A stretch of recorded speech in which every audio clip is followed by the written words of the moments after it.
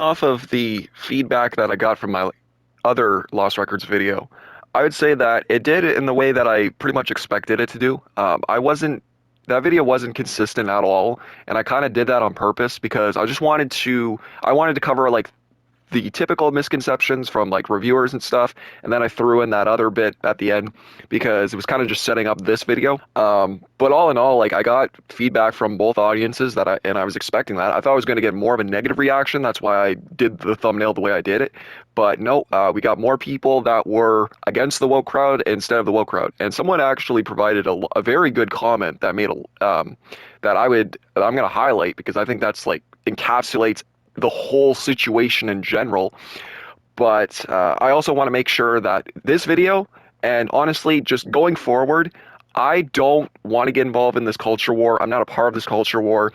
I don't really care about this whole argument slash conversation between anti-woke and woke because that doesn't interest me. What interests me is fighting against misinformation, as well as just I want to talk about why the single player driven, choice based, focused, experience games don't belong in the woke discussion at all. They should be exempt from it. And I'll just get started now. Um, so whenever the PS3 and the Xbox 360 came out, that's when, there was a huge push towards graphics. Games trailers were always going more like cinematic in like the E3 showcases, and a lot of people were definitely fooled by companies making, those showcases so mind-blowing that they thought they were going to be getting that with their game, and they didn't actually get it. But more specifically, there was a lot to talk about regarding that as a whole. Like the whole Let's Play craze, where there were a lot of Let's Players playing games, and a lot of people would watch their favorite content creator play those games. It wasn't really until 2010 that Heavy Rain, I would say, was probably the starter, and companies to start making games that were solely focused on single player experiences that had choice based decisions. Heavy Rain was a very unique experience because that's the one where pretty much you could kill all the characters, I'm pretty sure, or almost all the characters could die that you play as. And I never watched any playthroughs for Heavy Rain, but I do know from reviews at the time when I was originally obsessed with the game, which was later on down the road. But I would say that at the time it was a mixed reviewed game, but now apparently that changed over the years, probably because people realized how big it actually was. Starting off, um, for Telltale to make their games and to have more experiences in the futures like Life is Strange, as well as obviously the big one, Detroit Become Human. But Telltale, as far as I know, was like the start to pushing so many people to want to buy their series, as well as tons of Let's Players were making videos on that game because it was a huge success in terms of exposure and it encouraged Telltale to continue making more games later down the road. But because so the thing is though, I never played any Telltale games because I was never interested. I did see my friend play a little bit of maybe episode one of The Walking Dead one time, but I'm not very educated on that, so I'm just gonna say that it's inevitable. Like if you check out people's playthroughs of the game, even people that are starting to get into like more Let's Play games of the genre now, a lot of people are requesting players slash YouTubers, gamers, whatever, streamers to play Telltale The Walking Dead specifically. So you can't denounce that in terms of where more games would come out of the genre in the future because of that alone. That was 2012. Now, as far as I know, there wasn't really a huge, there wasn't really much of a shifting point. There were games that did come out after that. I believe Remember Me came out in 2013, and that game still has a weird, that game has a weird history because more often or not, people have counted that game as a mid game, as well as Beyond Two Souls. I still remember when I first saw the trailer for Beyond Two Souls. That was back in also 2013, if I remember correctly. Yeah, 2013. Um, a game that I remember seeing the trailer and I always wanted to try it, but I could never get myself a physical copy for some reason. And yeah, that those games, I think nowadays that game also has mixed reception. So it really wasn't until Life is Strange in 2015 that, everything just kind of went the same way in terms of like Telltale Walking Dead. Game came out, Let's Players were all over it. So many people bought the game, so many people loved the game then, and so many people love the game now. It's really one of those games where I would argue nowadays that it's not really much of a mixed reception. It's more just it's a divide. There's a lot of people that love the game for the same reasons why a lot of people hate the game, and even some people that love the game have reasons why they don't like the game that I personally don't understand, like the music, for example.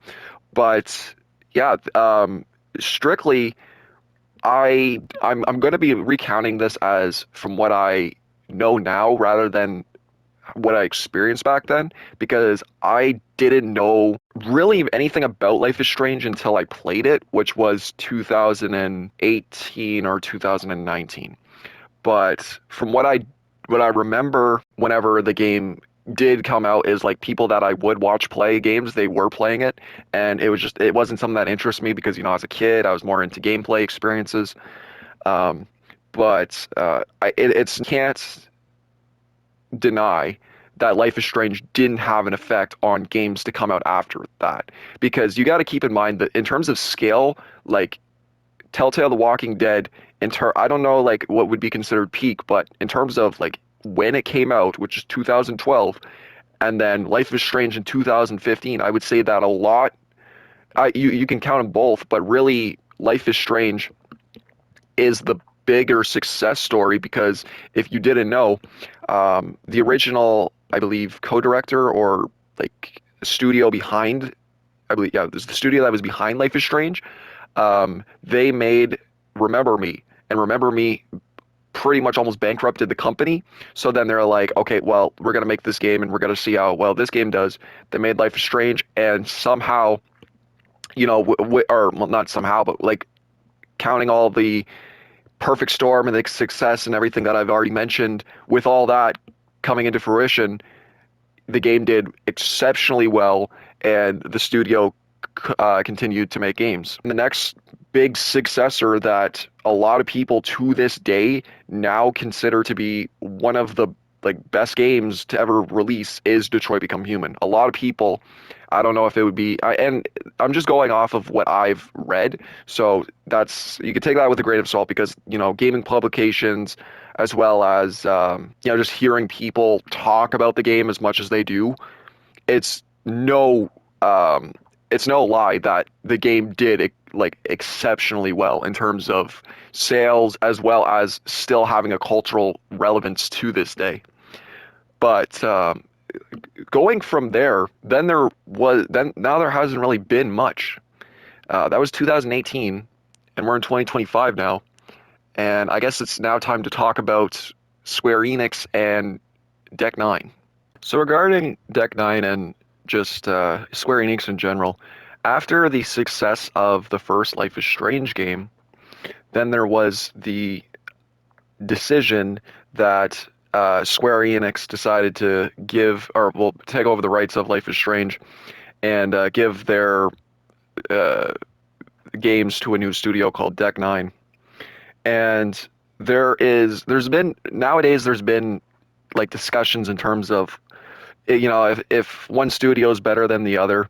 But personally, I think the biggest conversation regarding Life is Strange nowadays is that Square Enix and just Deck Nine in general don't understand the magic of what the first Life is Strange game possessed. They tried to recreate elements of the game, but also kind of just rewrite the same story over and over again from the first game. That they just think that any fan will just dish out money to buy the game. But that's not exactly that's sometimes the case, but the bigger effect is that Life is Strange, the first game alone, has had tremendous success as well as, it's become popular. It's still talked about to this day. That a lot of newcomers that get into Life is Strange think that the next thing to do is to move on and play, for example, like Double Exposure. But Double Exposure who wasn't made, even though it has the same character from the first game, entirely different storylines as well as not a very good storyline. And as far as I know, the second Life is Strange game came out, which was worked on by the original creators of the first game. That came out in the same year as Detroit Become Human. Because I was originally going to say, because I thought Before the Storm came out in 2018, but Before the Storm came out in 2019, or not, no, sorry, 2017. And I was gonna have a whole thing saying like, like as much as I love Before the Storm, it was kind of the sign of end of times. But now considering that there's still a lot of love for the second Life is Strange, and it came out the same year as Detroit Become Human, it's pretty. It makes a lot of sense why a lot of people would be excited for another game by Donod, considering that Donod was doing pretty well, or did well enough in 2018, along with the studio that made Detroit Become Human. Um, but in reality, even though I feel like because there's been a significant shift in terms of with the studios, and no one has really aimed or no one managed to capture something that was as good as like Life is Strange 2 or Detroit Become Human. There's been a desire by the fans, but less of a desire by people that enjoy the games within the genre, just because of the decline of the Square Enix Deck 9 experiences. Now, I'm a fan of Before the Storm. I think Before the Storm is a good game, in my opinion, but I know a lot of people don't have that same opinion. A lot of people prefer Don't Nod to make their Life is Strange games, and I completely understand. There's also the main faults of Deck 9 in general is that writing's bad. The music sometimes just over. The music for me, past Before the Storm, kind of just seems like they're just throwing a bunch of stuff in a soundtrack, and it's less important than it was in the first Life is Strange game, because if you have all this music, eventually, like, a lot of the songs, some of the songs might be good, but the songs might not be memorable. And I've been thinking about that recently, and I'm definitely saving a lot of this for when I talk about the soundtrack to Lost Records, but specifically with Life is Strange True Colors. I love the soundtrack because because all the songs are great. The only issue is that there's not a lot of good scenes that highlight those songs.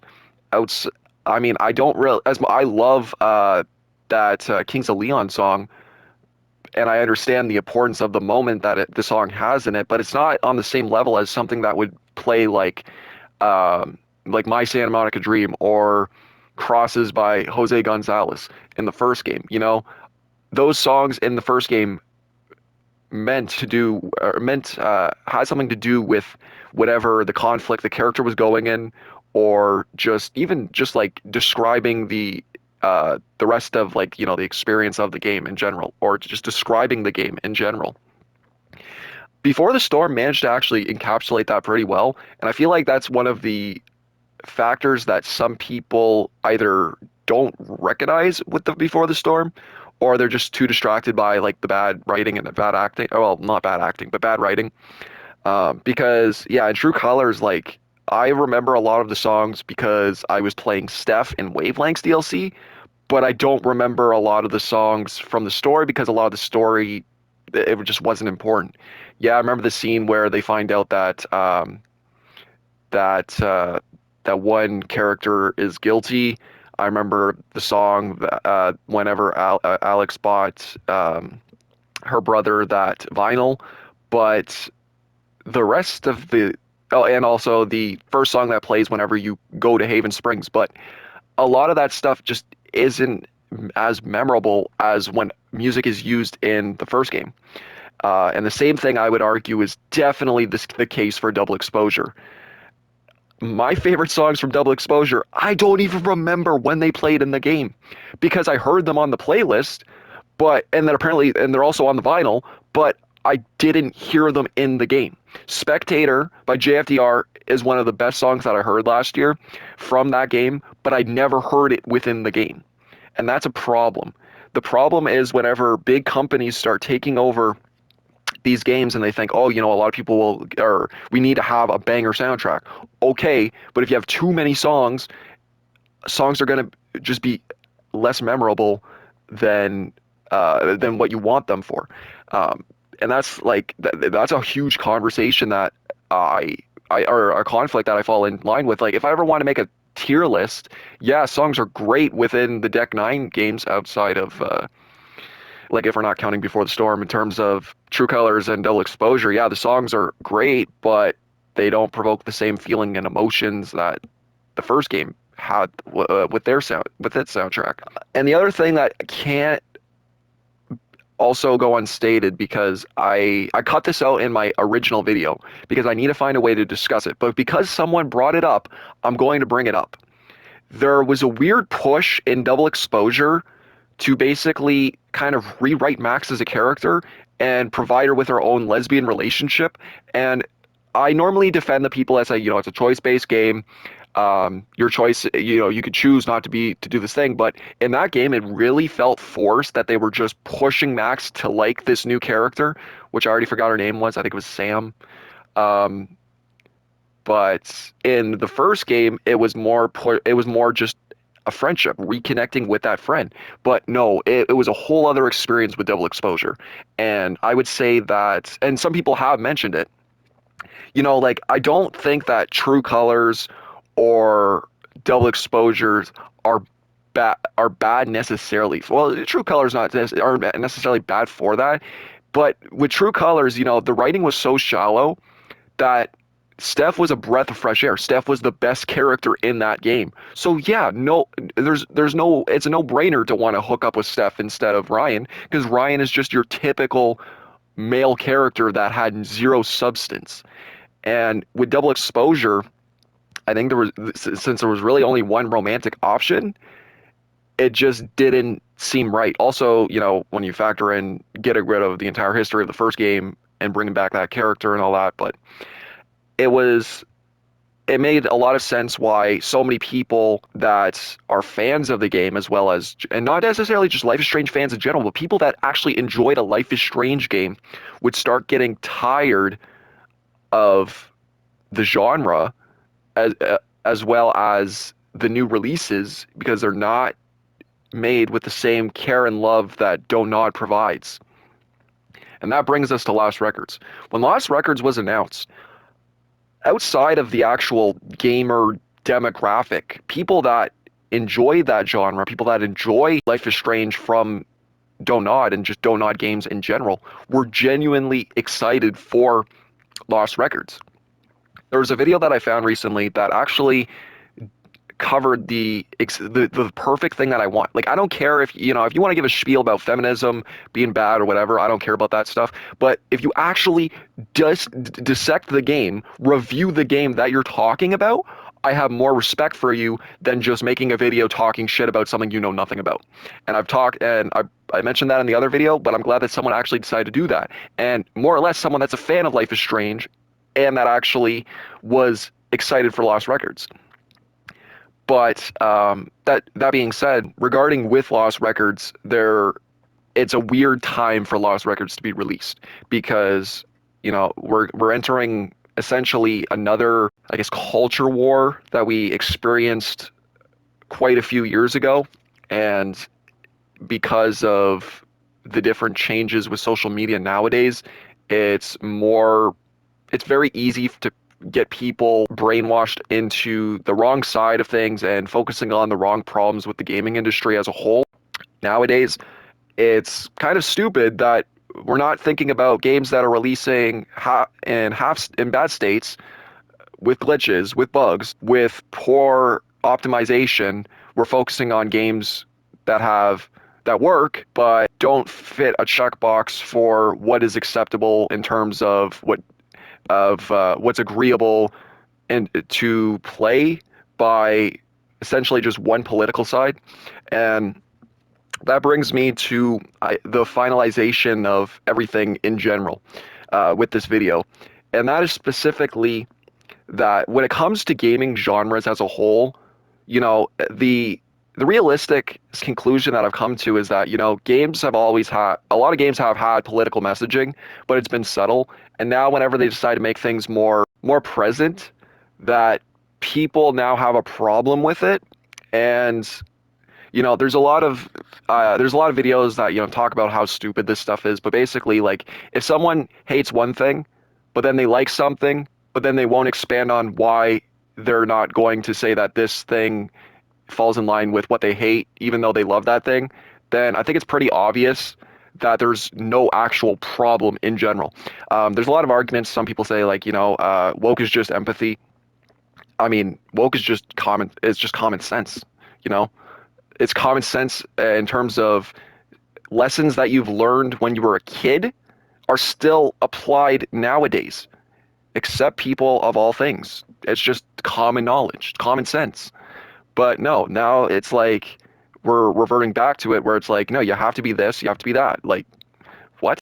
I've always, even before and I don't think that's like propaganda because that's shit you learn when you're by your grandparents. That shit you learn by your fucking parents. It's not stuff that you're learning in school. I mean, yeah, it'll probably be like applied in terms of like, and it's probably even like messaging in like children's books as well. Like probably like even like Dr. Seuss stuff. That's stuff that's been around for a very long time, and now we're just reverting back to this weird hateful rhetoric that just doesn't make sense.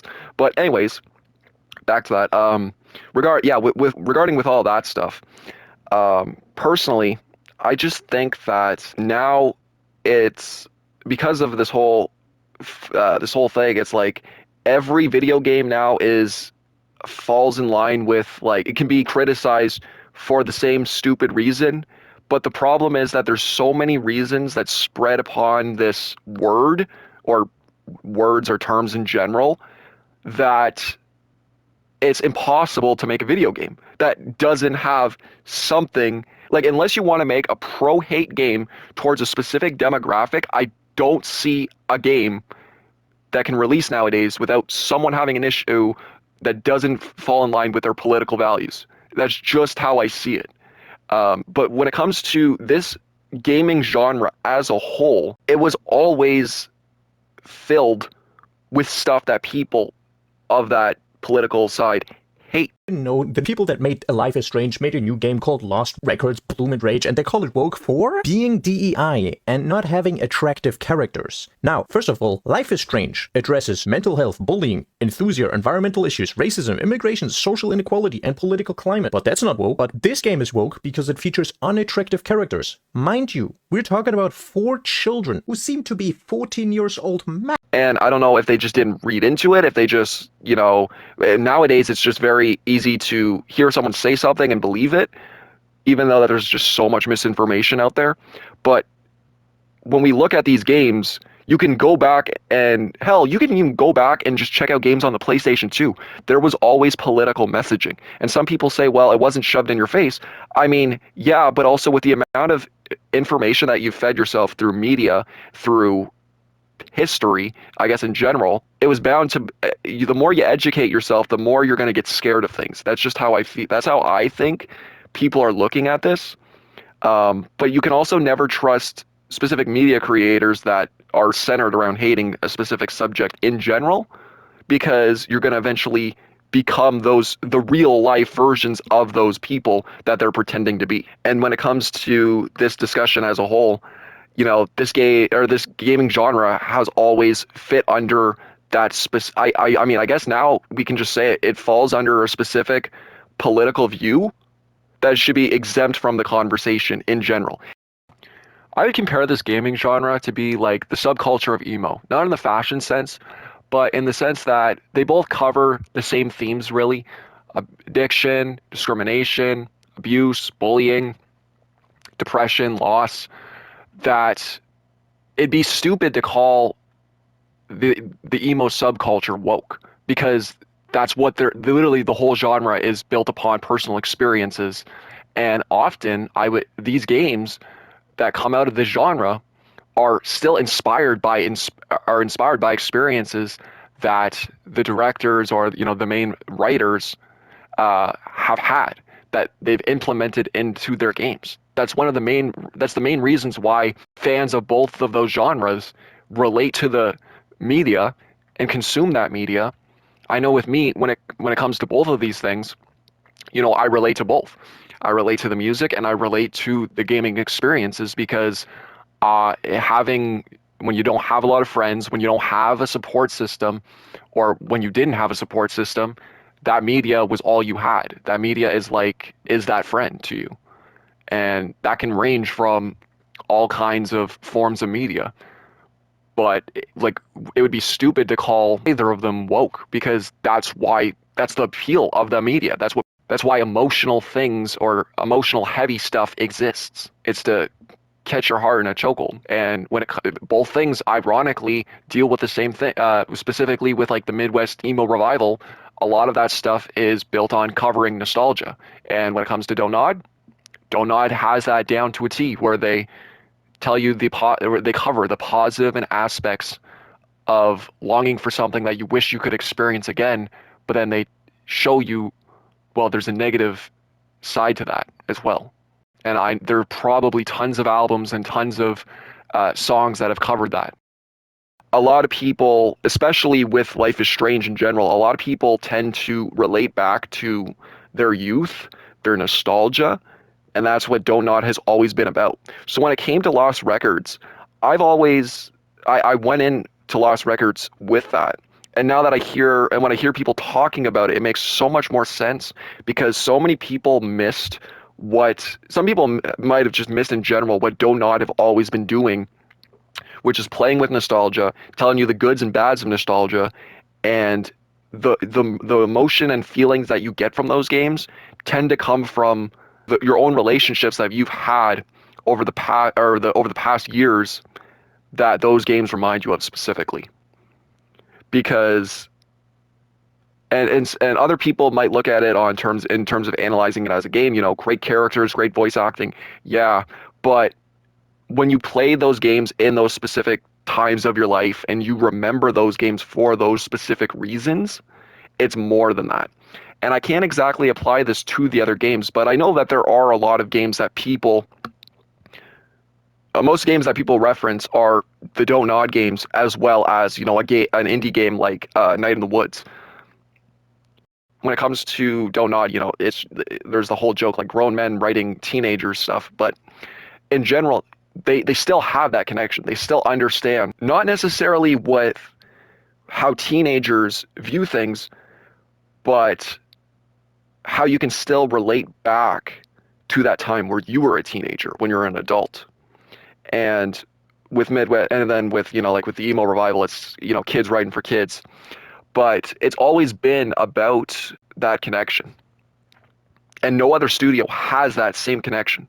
A lot of people have been confused with Lost Records. A lot of people have been confused in the sense of it being, a game, but it's not a game that has the same formula as Life is Strange, but it has a lot of the same components that people enjoy Life is Strange for. It's just longer and it's just not straightforward. It's a slow burn, and some people might not want to get into it because of that, but it's something new that they're doing. It's something new that they're trying out.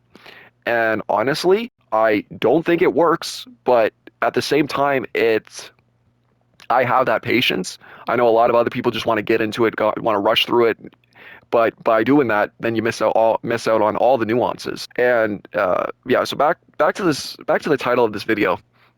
I do think that it sucks that we have to wait for more releases, or specifically we have to wait for two releases. It would either have to be a release.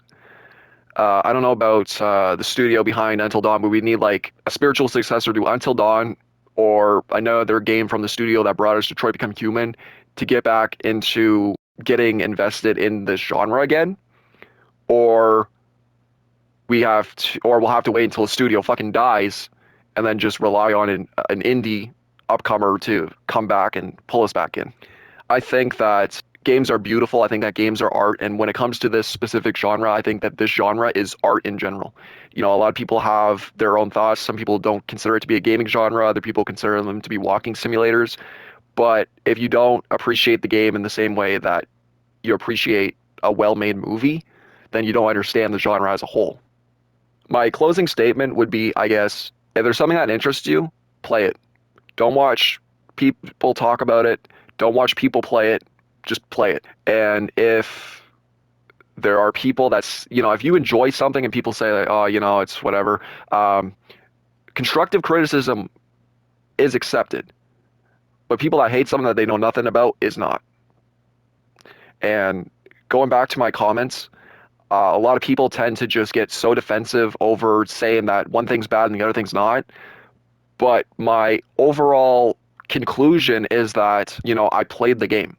I have my thoughts on the game. You want to hear my personal thoughts on the game? You're going to have to wait for the next video. But the games that have come out from Don't Nod, Deck 9, Telltale, Detroit Become Human, Heavy Rain, Beyond Two Souls, even Remember Me to an extent, they mean a lot to people in the same ways that other games mean a lot to people. It's not, they're not it's not my favorite gaming genre. It's not my favorite game, but it means a lot to me in a personal sense. And that genre means a lot to people in personal sense.